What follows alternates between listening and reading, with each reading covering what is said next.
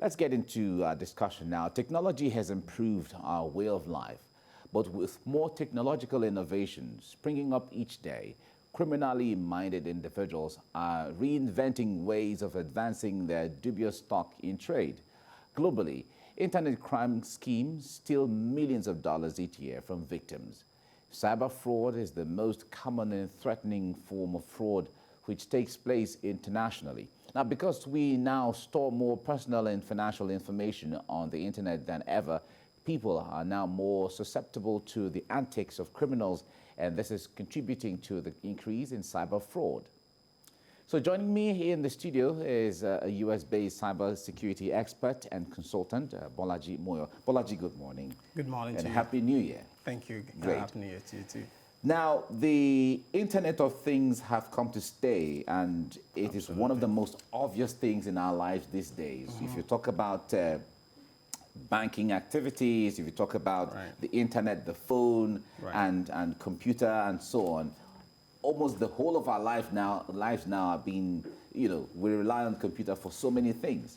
But our attention is being drawn to the dangers of, dangers in the Internet of Things, especially when it has to do with information, secret information, personal information, and all of that, where people try to break into and have access to it to use for whatever reason they use them for. But draw attention to some of these things. What do people do with information of people where they soft for all of these things behind people? Thank you very much. So the Internet of Things is it's a completely different field, but with regards to information misuse or digital identity theft, it's a big problem. So we're talking about the cyber fraud menace, right, in Nigeria. And Nigeria globally right now is ranked among the most notorious for cyber fraud. Most notorious? Yes, right. Really? Absolutely. Wow. So just to give you some numbers, because I'm a numbers person, between October and December of last year, the Australian Competition and Consumer Commission estimated about $680,000 Australian dollars losses due to Nigerian scams. So Nigerian scams alone. But that's just nothing compared to the number of losses attributed to business email compromise over the last 5 years. That is $26 billion. And in the last 2 years, there's been a credible report conducted by a very good cybersecurity firm out of the US by the name of Agari. It says 50% of business email compromise actors are based in Nigeria. And that doesn't take into account the business email compromise actors of Nigerian origin that are operating outside of Nigeria. And also, the worst one is in the last 8 or 9 months, the losses, about the pandemic unemployment assistance that the US government gave to its people, the losses, fraudulent claims associated with that is $36 billion. And most of the pandemic unemployment assistance dollars came to Nigeria. So Nigeria, China, Ghana, and Russia are like the 4 top countries in that space. Talk to this. This is really troubling, I must say. But why Nigeria? What is that thing that are Nigerians? Because it takes someone who understands how these things work to even become fraudulent, if I have to put it that way. Yes. Are you saying Nigerians are so intelligent in that regard that they know how to beat the system, formal government systems, human beings, people, banking, and all of that? Is that what the thing is? Very good question. You and I know that Nigerians are very smart people, okay? We are in the top 10 of the most populous countries in the world. And so, with regards to cyber fraud, it doesn't take a lot of expertise, right, to cause loss. all you're doing is stealing people's personally identifiable information and impersonating them, using that to present their case. And then you get the money that should be going to them. So digital robbery is essentially the same in terms of the outcome. Is the same as armed robbery. In those days when we were growing up, we were taught that armed robbery is bad. It's still bad today. It is still bad, but the consequence or the outcome of digital robbery is far worse than that of armed robbery. Because digital robbery has very low risk, but very high reward. Armed robbery is very high risk. You don't want to, if you want to go rob a bank, with guns and everything, you have to think twice. You have to think about the consequences. But digital robbery, you can rob a bank from the comfort of your room, across the Atlantic, right? 6,000 miles away. So a lot of youth are going into cybercrime today because it's just, for the most part, there are no consequences. And the reward but is there are like I laws said. against internet fraud, and in fact, the 419 thing they talk about, is related to things like that. But Right. talk to us basically how challenging it is to police the net when it comes to that, because we know, since everyone knows, the governments know, Yeah. all the agencies know that Right. there are people at that level trying to become smart from the Right. back door. Right. What does it take to police that aspect of life? Yeah, it's very tricky. Privacy advocates, which, by the way, I'm one of those, will tell you that you should not police internet traffic. I would agree, but disagree on some fact. Because if you work in an organization, if you work in an organization today, the traffic is policed. Right? There's no expectation of privacy. Everything you're doing can be monitored. As a Nigerian, we're originating, sometimes, the bad among us are originating bad traffic, right? And they're attacking organizations, attacking individuals.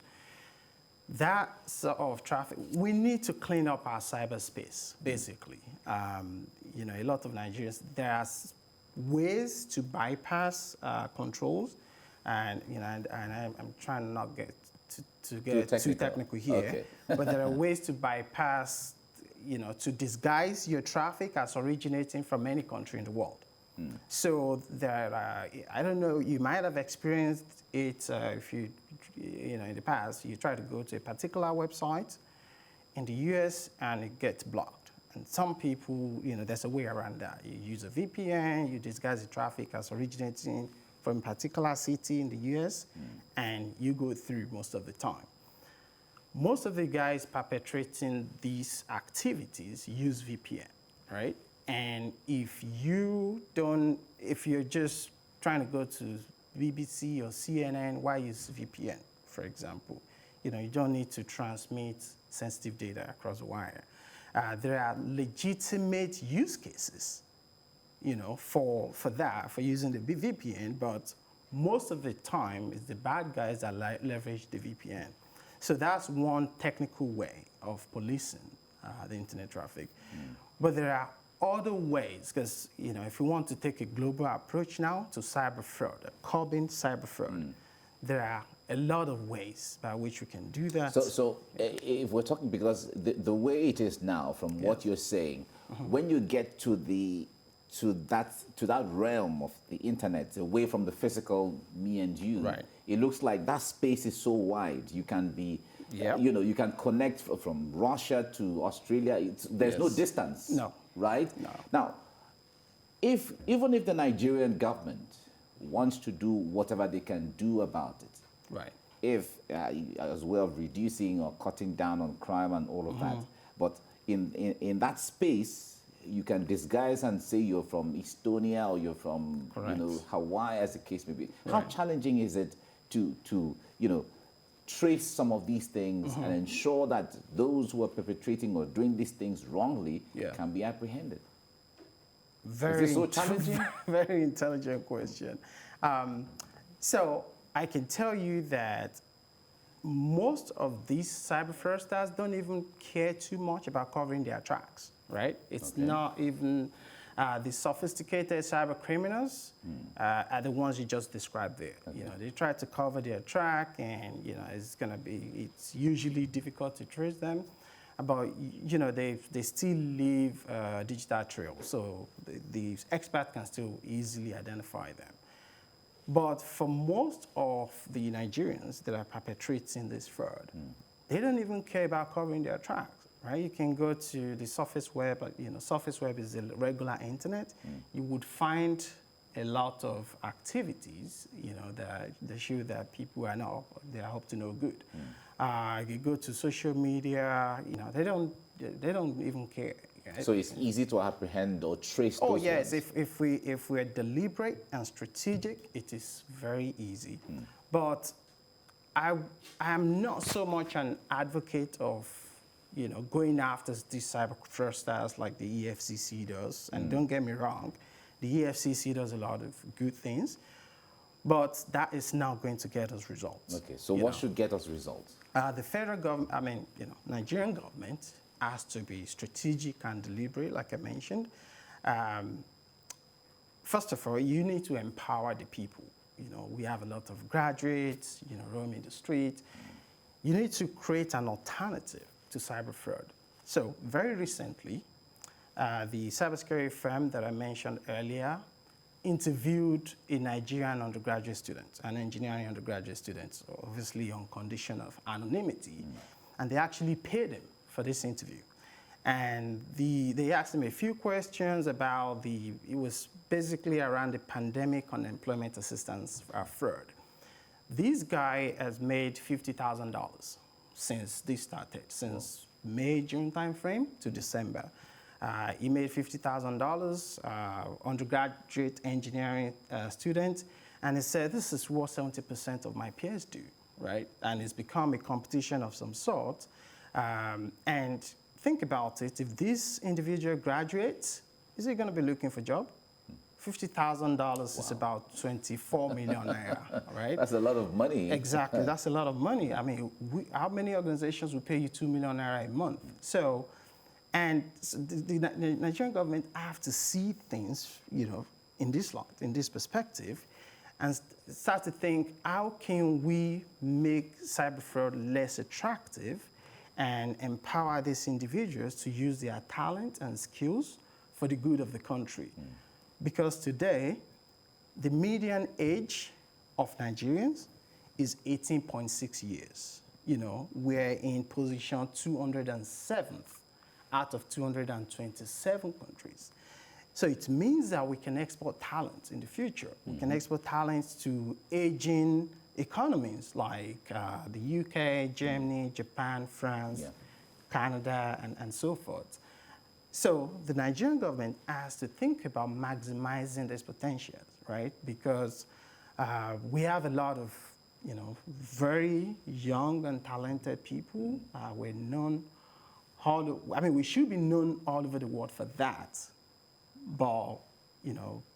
Not for the negative things. No, not for the negative okay. things. Now let's narrow it down to the everyday person who like we are. Right. And we are all on social media. We do a lot of things on the net, and we have our information out there. So many people just on everyone just doing his regular thing on a daily basis. Yeah. What kind of precaution should, you know, everyday people, those who are watching from home and all of that, what kind of precautions should they take? Because when it comes to transferring monies, you're doing it. When it comes to filling forms on the net, you're filling forms. Right. You know, you're doing all sorts of things just, you know, as a regular person. Yes. I mean, there are basic precautions that you need to take. Most of the banks help a lot in reducing this, because that means That means a lot to them from a financial standpoint. So if you want to log into your bank account, you have to use MFA. You're not going to get in if you don't use MFA anyway. But if you want to log into like social media accounts, if you think your social media accounts are not valuable, wait till your personal information is misused. Your Instagram, your Facebook, email, try to turn on MFA because digital identity. What is fraud, MFA? Multi-factor authentication. So instead of Multi-factor authentication. Yes. Okay. So instead of does everyone know that? Because certainly I've not heard of MFA before. Okay. So in Nigeria, it is popularly referred to as OTP. Okay. Yes. Very good. Okay, Yeah. now you're speaking my language. So OTP is one-time password. Right. So one-time password, it means that the password is dynamic. It's only valid once. You are essentially introducing another factor of authentication into the authentication equation. Instead of username and password, which is always static. If a criminal gets a hold of your username and password, he has access to a lot of things. He has access to a lot of things. But if you introduce another factor, which is constantly changing, which is why it's called one-time password. I see. Yeah. Okay. Well, that's going to be a whole lot of work on the other hand, because if you're going to adopt the OTP or the one-time password thing where you use it now, and then the next time you have to start generating. People are very busy doing different things. I wonder if they're going to sit down to start generating, one-time password each time you want to have access to your bank account or you want to have access to your emails and all of that. Well, that's a whole lot of work, I must say. People are getting used to it now. It's just like going through the airport, right? Yes, you have to go through the checks. Of course. Right? It is, security and convenience, you always have to get the balance, but sometimes you just can't get away from security. There are other aspects of this discussion I'd like us to talk about subsequently, but for now, because time is not on our friend right now, we have to let it go. Thank you very much, Bolaji Moyo, for your time on the program.